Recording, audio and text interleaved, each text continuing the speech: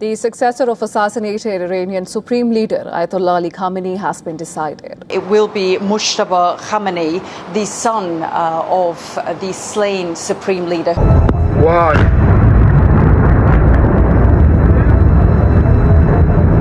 On Sunday, March 8, 2026, state media announced that Mojtaba Khamenei, the 56-year-old son of the assassinated Supreme Leader, has been selected to replace his father. Hours before the announcement, cluster munitions rained down on central Israel, injuring 5 people with 1 critically wounded. The strikes hit Bnei, Brak and Petach, Tikva, as Iranian cluster missiles scattered dozens of bomblets across populated areas. This is the new Supreme Leader's Iran, and cluster bombs are his weapon of choice.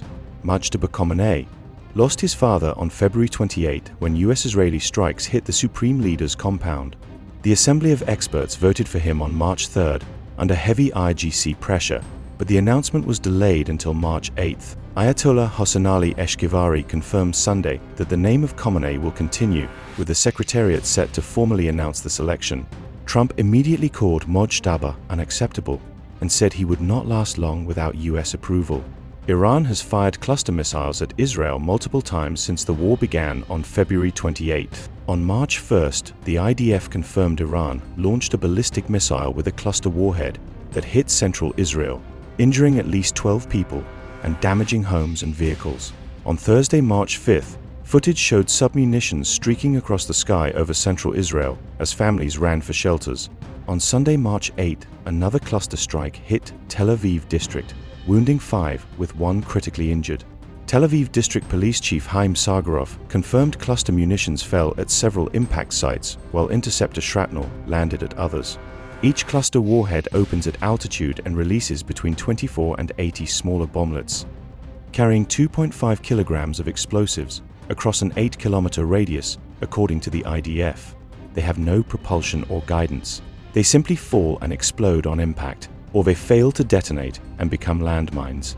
IDF Homefront Command warned the public not to approach missile remains because unexploded bomblets can kill anyone who happens upon them. Around 40% of submunitions do not explode on impact and remain dangerous for years. Iran also used cluster munitions during the June 2025 war.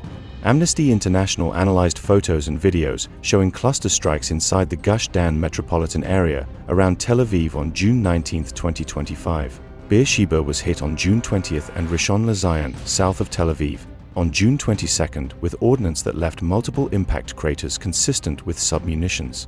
Haaretz reported Iran has fired at least 6 cluster missiles at Israel since the current war began, though the IDF said Friday that Iran has used them multiple times without specifying exact numbers. Cluster munitions are banned under the 2008 Convention on Cluster Munitions signed by 112 countries.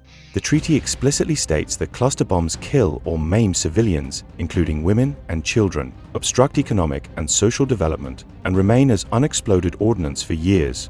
Neither Iran nor Israel are signatories. IDF spokesman Lieutenant Colonel Nadav Shoshani said Friday that using cluster munitions directed at civilians is a war crime and that they are tracking the situation. One Iranian cluster bomb slammed through the roof of an empty workshop in Brak, 12 miles east of Tel Aviv, on Thursday evening. The explosion triggered an inferno that gutted the building just 30 feet away from homes where families and children were sheltering. Raphael Stinsky, who lives next to the blast site, said it was an act of God that nobody was hurt. The Telegraph reported flames rose over the Tel Aviv skyline during the barrage. Mojtaba Khamenei is not his father. Ali Khamenei ruled for 36 years, balancing factions and maintaining pragmatic calculation. Mojtaba is a mid-ranking cleric holding only Hajjatol Islam rank below traditional Ayatollah status, with no experience in public office. What he has are close ties to the IRGC, including former intelligence chief Hossein Tibi, IRGC chief Omad Vahidi, and Parliament Speaker Mohammed Bagher Ghalibaf. He effectively ran the Supreme Leader's office for 2 decades and served as gatekeeper around his father. He has vast business networks and was sanctioned by the US Treasury in 2019. The selection exposed deep divisions. 8 assembly members stated they would boycott the March 5th session because of heavy IRGC pressure favoring Mojtaba. His father, Ali Khamenei, was not pleased with the idea of his son's leadership and never allowed the issue to be raised during his lifetime, according to assembly sources.